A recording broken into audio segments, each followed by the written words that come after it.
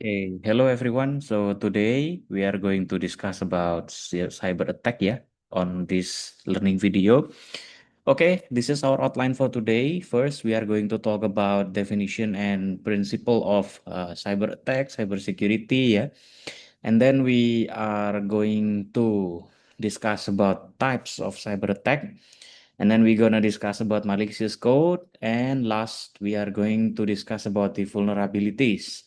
So, what is cybercrime? Cyber crimes is actually crimes that is committed using digital technology such as computers, phones, or the internet Mostly cybercrime happen in the internet Some types of cybercrime include illegal interception of data. I think in the first part of this course, you already learn about cryptography. So if we don't employ cryptography, so there is a high possibility that our data will be intercepted by someone unauthorized. And then system interferences. So when hacker or attacker try to interfere our system, so there is a high possibility that our system is not going to run properly according to its duty, And then copyrights infringements. So attacker can also change the copyrights of our data, and then there are a lot of illegal item selling in the internet. That kind of activity is also uh, concluded as cybercrime And then there is cybersecurity, the opposite, the defender. So cybersecurity is the process and practices that involve protecting individuals and organization from being attacked in the cyber world. So they will try to protect the integrity of networks, our computers, programs, and data. So all of them not attacked or damaged by unauthorized access. I think you already familiar with this, cybersecurity principle. There are five key principles in cybersecurity. That is already discussed in the first part of this course. The first one is the CIA, the CIA triad, the confidentiality, integrity, and availability. And there are two more principles, accountability and the auditability. So confidentiality is the set of rules that limit access or place restriction on a certain type of information. So we set rules, We prevent someone that doesn't have the required rules, that is not fulfilling the rules, that is not following the rules, so they cannot access our information or our data. And then the integrity, is the assurance that the information is trustworthy and accurate, it means that it can only be accessed by someone that already have the authorization. If someone doesn't authorize, so that person cannot access the data or the information. And then the availability, so it is a guarantee that our information or data can be accessed reliably by authorized people only. If the user is not authorized, then the user cannot access the information also. And then the accountability is an assurance that an individual or an organization will be evaluated on their performance or behavior. So we are going to monitor their activity. In case they are doing something bad, so we can track their activity in a specific account, such as logging, So we can log their activity in case something bad happened to our system, we can look at the log, to trace their activity. And then auditability is a security audit, which is a systematic evaluations. So we need to audit the system, to make sure that the company's information system is in a good state. A good state, it means we try to measure how well it conforms to a set of established criteria So is it safe? Yeah. Is the confidentiality good? Is the integrity good? Yeah. Is the authorization good? Is the accountability good? Yeah. We try to evaluate all of them. So that's why it is called as auditability. Yeah. And then next, we are going to talk about cyber threat. Yeah. So what is cyber threat? Yeah. Well, simply cyber threat is any malicious action that try to gain access to a specific computer network without proper authorization or proper permission from the owners. So we try to break, yeah, into the system without permission or without authorization. So it refers to the wide range of malicious activities that can damage or disrupt a computer system, a network, or the information it contains. Because it is happen in the cyber world, yeah. So if we talk about cyber, then it will automatically connect it to a computer system, network, or information. Then most common cyber threat is social engineer Trojans. So probably you already heard about Trojans. We are going to talk about Trojans after this. And then unpatched software. So if there is a software that never updated or never patched, so there is a high possibility that the software will be a threat. Why? Because the unpatched software can breach can be breached, yeah, by someone unauthorized.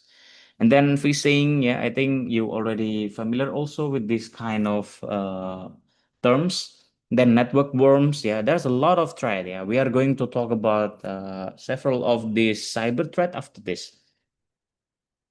Sources of cyber threats. Yeah, if we talk about the sources of cyber threats, the cyber threats can come from a wide variety of sources.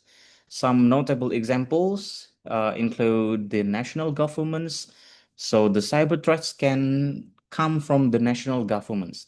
So sometimes when the national governments want to spy on a specific company, they can use or employ the cyber threats. Yeah, they can use Trojans, they can use network cyber worm, yeah, a lot of method that can be used. And then probably by a terrorist. Have you ever heard about the plan hijacking activity by a terrorist? So there is a high possibility that the terrorist is doing a cyber crime inside the plan. So probably they try to manipulate the radar, they try to manipulate the maps, they try to manipulate and hijack the communication comms. There's a lot of possibility. So the cyber threats can also come from the terrorist. And then the industrial secret agents. So maybe the industry want to make a specific change of flows. There's something that is going to be booming or happening in the industrial area. So there's an industrial secret agents that use or employ cyber threats to make the industry in chaos state. Yeah. And then Rogue employees. So there's a lot of Rogue employees that maybe, yeah, put a grudge in their hearts to their company. So they think that I will try to attack my ex company because I feel not satisfied with their surveys. Yeah, so probably that kind of situation can lead to cyber threats. And then hackers, of course, this is the most known cyber threats. We don't need to talk much about this one, yeah, because hackers is absolutely very popular in the network, and they are the main source of cyber threats. And then business competitors, yeah, cyber threats can also come from the business competitors. So probably when a company want to win the market share, so there's a lot of things that they might do in the future, such as employing cyber threats to defeat, yeah, to defeat their competitors. And then organization insiders. So probably someone employee from an organization could be the cyber threats. If the company is not doing their duty very well, so probably someone from the organization can attack the company by employing cyber threats. Uh, we can classify the cyber threat, yeah, by multiple criteria. The first one is by their attackers' resources. So how good how is their resources, such as their fundings, yeah, and then their organization also. So we can classify by their organization, and also we can classify cyber threat by their funding. Yeah, on basis of this criteria, threats are uh, classified into three types. Yeah, the first one is the unstructured threats. This is the most uh, what is that? This is the lowest threats. Yeah, and then structured threats. It is a higher level threats, and then the highly structured threats. This is the most sophisticated threats. And if a nation or a company face this highly structured threats, there's a high possibility that they will face a lot of loss if they didn't act quickly, and if they didn't act fast. Yeah. So this is the first cyber threats. Yeah, the unstructured cyber threats. Yeah, according to the resources, it's only done by individual or small group. Yeah, it's not a big community. It's very small. And then the organization level is probably little, a small organization, or even no organization at all. And the funding is negligible. Well, probably no funding at all. Yeah. And the attack is very easy to detect and make use of freely available cyber attack tools. So this kind of cyber threats is not using a sophisticated or advanced cyber attack tool. They are just using a free available cyber attack tool. That's why it's going to be easy to detect by the cyber security. And then the exploitation based on the documented vulnerabilities. So if the vulnerabilities is not documented very well, so this kind of cyber threats is not going to exploit the system successfully. Yeah. And then the second level here, the second classification of cyber threats here is the structured cyber threats. Yeah, according to the resources, this kind of cyber threats is done by well-trained individual or group. Well, their organization is also well planned, and the funding is available. There is a flow of money, there is a flow of funding that will support their activity. And the attack it against particular individual or organization, so they have a specific target. It could be an individual or organization, and the exploitation based on information gathering. So they try to gather information first before doing the attack. And the third structure, the highest level of cyber threats here is the highly structured cyber threats. It is done by extensive organization. Well, you can categorize it as a big company, for example. And then they also have a lot of resources, and the planning is also very good over time. The attack is a long-term attack. So the attack is not supposed to be for short term.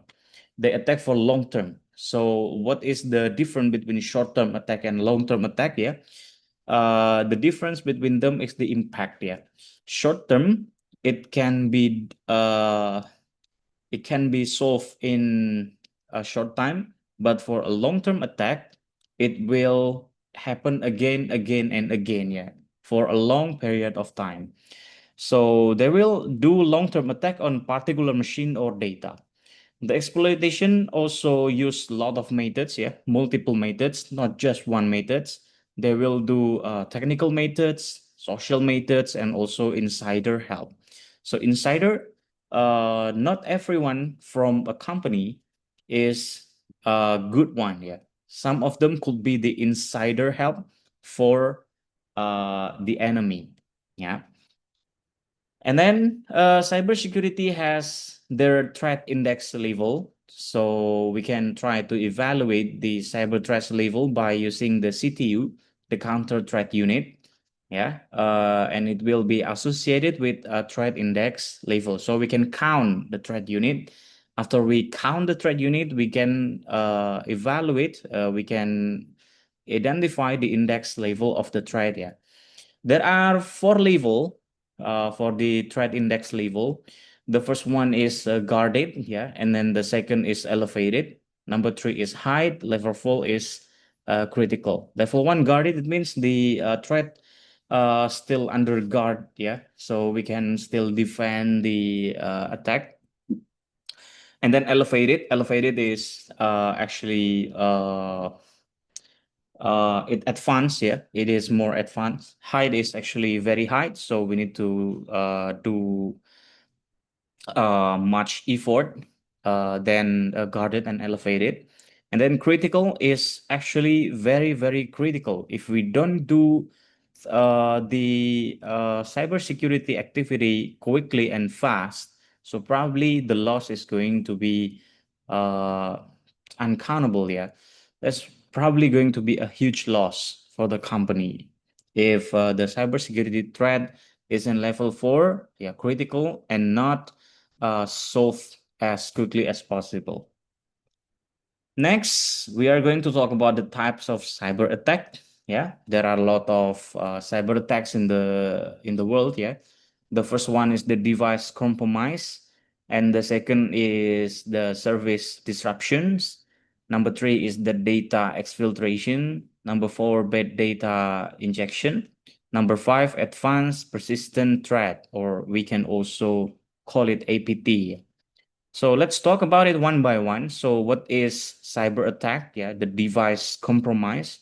So device compromise has a single goal. They tend to obtain total control of a device. So it means we can fully control the device. The requirement of this cyber attack is we got the root credentials. So it means we need to get the super user credentials, and then we need to get the privilege to exploit, yeah, by getting the root credentials. Of course we can exploit the device without facing any barrier yet. We got all the privilege to access the device, and the powers granted in this, if the attacker successfully done this device compromise cyber attack, they can do arbitrary execution on compromised device. So they can execute random things in the compromised device. Yeah, they can, because they already got the full control, yeah, of the device. So they can do almost everything. Yeah, and then network foothold, ability to carry out other, and then types of ability to carry out other types of cyber attacks here. So by getting the device compromised, it means uh, we can carry out other types of cyber attack. Yeah. It can lead to another type of cyber attacks. And then the second cyber attack here is the service disruption. The goal is clear: to prevent a device from performing its duties. Yeah, for example, if a server is supposed to give response to the client, so by doing this service disruption, the attacker tend to stop, yeah, the server function, so the server cannot give response to client anymore. So the requirement is lots of computing power. So we need lot of computing power to do this. And then the powers granted if the hackers successfully do service disruption. The first one is the consequences of the device failing to do its job. Yeah. So such as what I already mentioned previously, if the server is disrupted by a hacker, so it means the server cannot provide response to the client anymore. Yeah, the device will be down. Yeah, how long the device downtime? Yeah, the longer it is, the more loss to the company. And then the revenue loss, yeah, the longer the downtime, the revenue loss is going to be higher also. And then the public attention or shaming, yeah, you can imagine, for example, very big companies such as Facebook or WhatsApp, yeah, is being disrupted by a hacker, and their business is going to stop for about an hour. That's going to be public attention, yeah, and their company will be ashamed by public attention. And also it will lead the system failure, so we cannot do their surveys, yeah, we cannot do use WhatsApp, for example, if Facebook server is down, yeah. The cyber attack number three is the data exfiltration. So the goal is to steal the sensitive information from a target. Yeah. The requirement is the access, yeah, legit or otherwise. Yeah, it means the pure legit access. Yeah. Or we try to breach the system without permission. Yeah, legit, it means we got the permission. Yeah. uh, not getting the permission, but we got the username and password. I don't know how to get that. Yeah, maybe from social engineering, but the legit means we enter the system by providing the correct username and password, or otherwise we can try. The hacker will try to brute force, yeah, to device storing data. And if the data exfiltration is succeeded, so the powers granted is the arbitrary data operations. So since we already got the data, so we can do a lot of operations into the data. Yeah, we can do reconnaissance, IP theft, expose private information. Yeah, for example, in Indonesia, if we got a server that collect data of every people, yeah, it means we got our identity number, yeah, that there are a lot of private information in our identity card. You can imagine if that kind of data, if our identity card data is leaked or exposed to public, well, there are going to be a lot of private information that could be used for something bad, yeah, by the hackers or attackers. And then the cyber attacks, number four here is the bad data injection. The goal is to submit incorrect data to a system without detection. So the requirements of this attack is access, legit or otherwise, yeah, the same as the previous one. And then the powers granted if bad data injection is successfully done, we can determine the state of data. We can understand the directory of the computer. And then in the real world consequences, it can potentially catastrophic. Yeah, for example, I will give you a simple illustration. Yeah, can you imagine you are using a plane flight surface, yeah, by using a specific plane. Yeah, for example, someone is inserting or submitting incorrect data to the plane, to the airplane sensor. Yeah. Well, actually, the system, the engine is not in a very hot state. But because someone has a bad intention to submit incorrect data to the server, so the server will say it's extremely hot, yeah. So the airplane will use its auto system to turn off the engine, and then the airplane engine will be stopped. And well, you can imagine the next, yeah. If the airplane engine is not working, then it means the airplane is going to crash out. That's why we can consider this bad data injection can lead to potential catastrophic in the real world. Yeah, this is very dangerous. And then the next one is the advanced persistent threat, yeah, or we can also say APT. The goal is to gain extended access to a device. So it is actually similar to the first one, yeah, to gain access to the device, yeah, but this is in this APT case, it is to gain the extended access. The requirements of this cyber attacks is time, patience, and then resources, extensive target knowledge, and the powers granted if this kind of attack is successfully done is long-term reconnaissance, ability to act on target quickly, and then complete and invisible control of system. Since we got all of the resource that is in our target, yeah.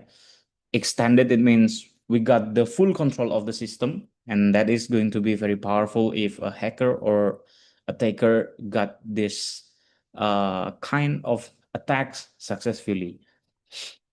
So types of cyber attacks in here, the other cyber attacks, we can look at this. Yeah, the first one is advanced persistent threat, a network attack in which an authorized person gains access to network and stays there undetected. Yeah, if the previous the first cyber attack is not staying undetected for a long period of time, but this advanced persistent threat is the attacker will stays to control the system, the target computer for a long period of time. And then the second type in here is backdoor, yeah, method of bypassing normal authentication. So we can enter the system without providing true username and true password in order to gain the access into the operating system or application. Then buffer overflow, an exploit that takes advantage of the program that is waiting for a user's input, yeah. And then man in the middle attack, yeah, this is what we already mentioned in the discussion of cryptography.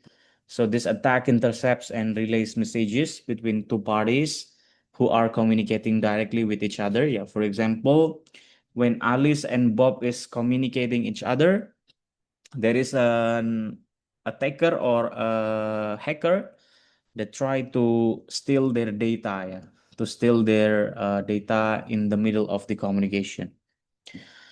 And then cross-site scripting is a code injection attack that allows an attacker to execute malicious JavaScript in another user's browser. So it's injecting a bad file.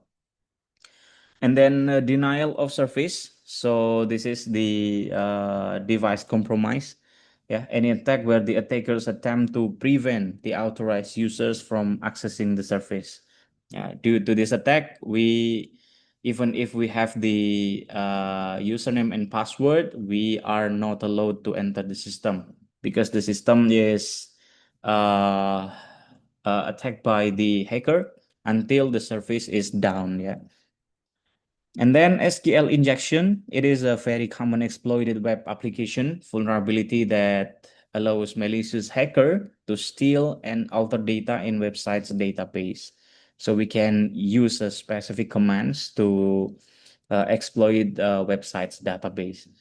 Zero-day exploit is a vulnerability in a system or device that has been disclosed but is not yet patched. Yeah. For example, today, this is for just example, yeah. For example, today I found vulnerabilities in my Ubaya system, but because a lot of things due to some reason, that kind of vulnerabilities is not patched by the administrator. That can that kind of situation can lead to a zero-day exploit. Yeah, hacker or attacker will take advantage of that kind of situation and condition to exploit our system. That's why if we found the vulnerabilities, we need to patch the vulnerabilities, the holes, as soon as possible, as fast as possible. Yeah, so we can prevent this zero-day exploit attack. So what is the impact of cyber attacks? Yeah, what is going to happen if a hacker or an attacker successfully do cyber attacks to our system? A successful cyber attack can cause major damage to organizations. Yeah, so they will got some potential loss, such as financial loss, yeah, reputational damage, the name of the company will be disrespected, yeah, and then legal consequences So probably the company will sued by someone, but sued by the government, yeah, or something that is related to legality. Yeah, a lot of impacts that can be faced by a business or by an organization if the cyber attacks is successfully done to them. Yeah. Next, we are going to talk about malicious code. So malicious code is code that can possibly break our system. Yeah, the first one is the most common in the world is the virus. So what is virus? Virus is the malicious software program.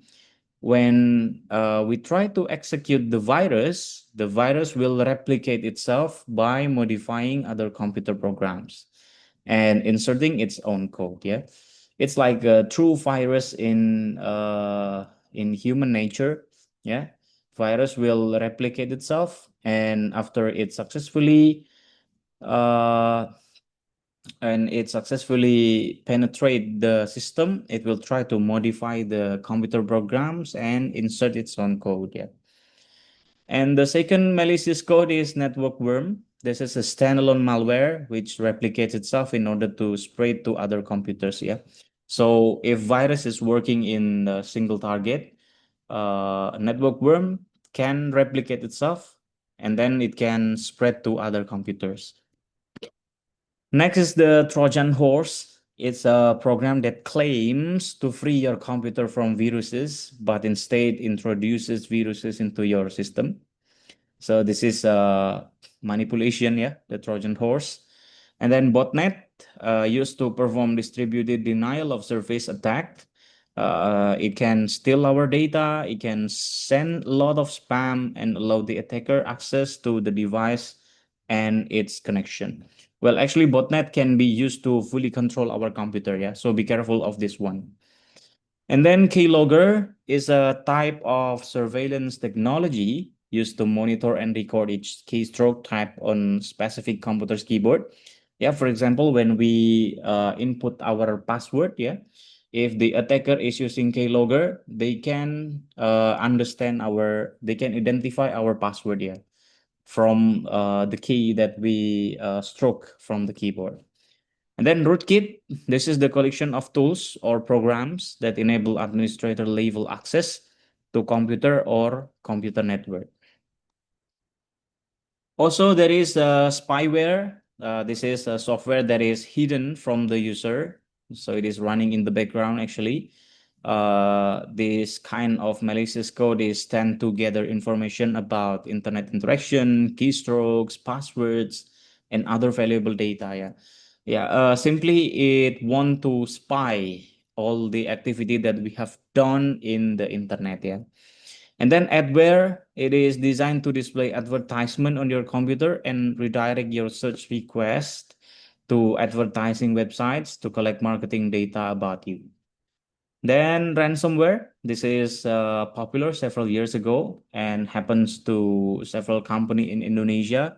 Malware that prevents or limits users from accessing their system, yeah, either by locking the system screen or locking the user's files. If the lock want to be unlocked, yeah, the locking if we want to unlock the system, yeah, we need to pay several amount of money, some amount of money. The hacker wanted to be paid, yeah, so they can unlock the system. Then last, we are going to talk about vulnerabilities. Yeah, what is the concept of vulnerabilities in here?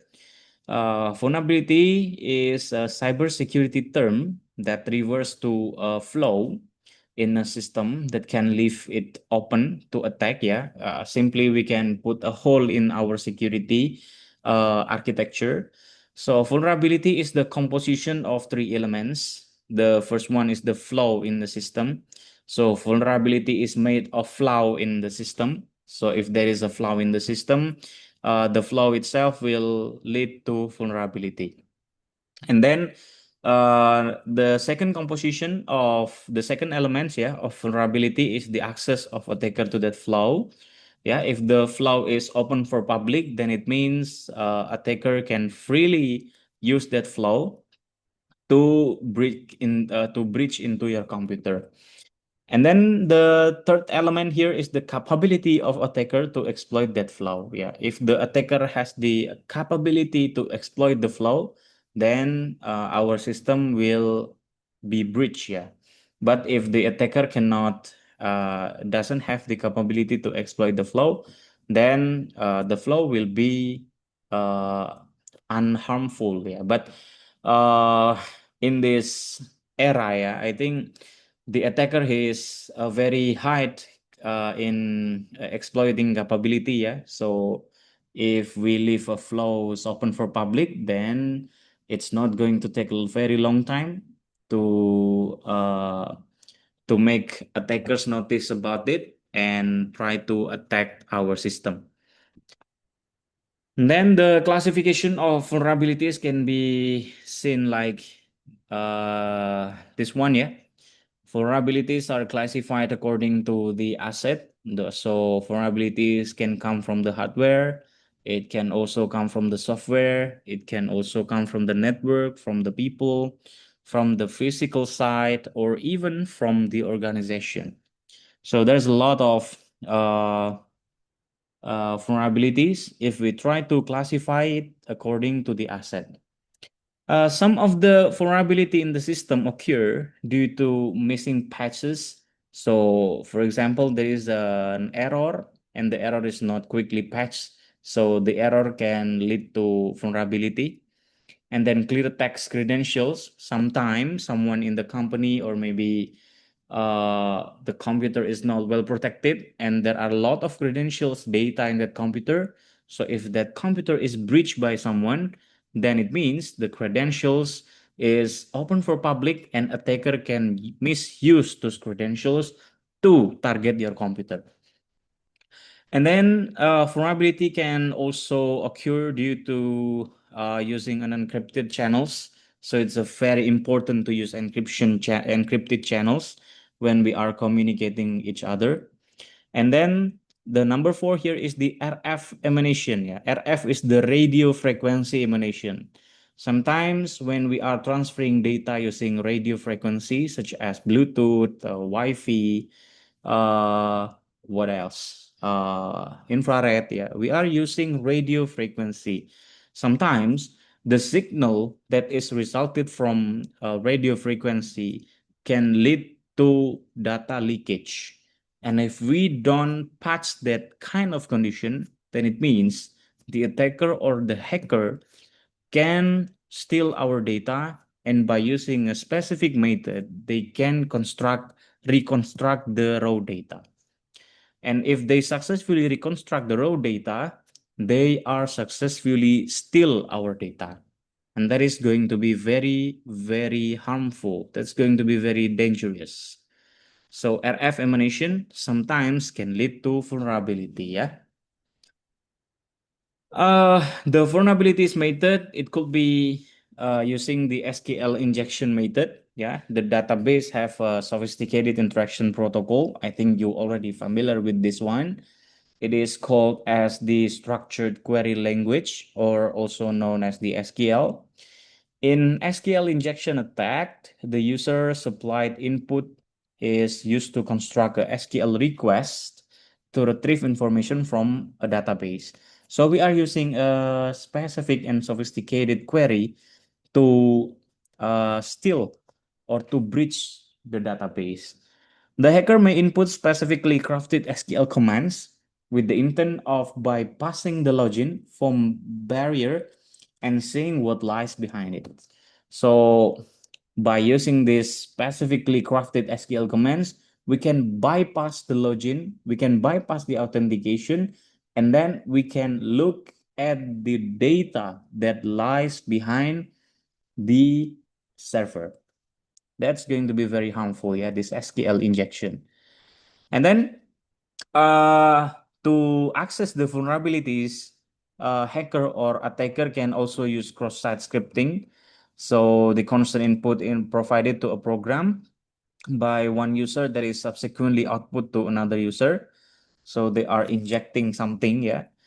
Attackers can inject malicious code into the web page viewed by others, and it will used by the attackers to bypass access controls. It's often used on wikis, blogs, where document includes script code, yeah. So they can bypass access control as a block command, yeah. Normally they are just writing block command, but actually the command provided is acting as malicious script that can breach to the system. Yeah. And then number three here is the time of check and time of use.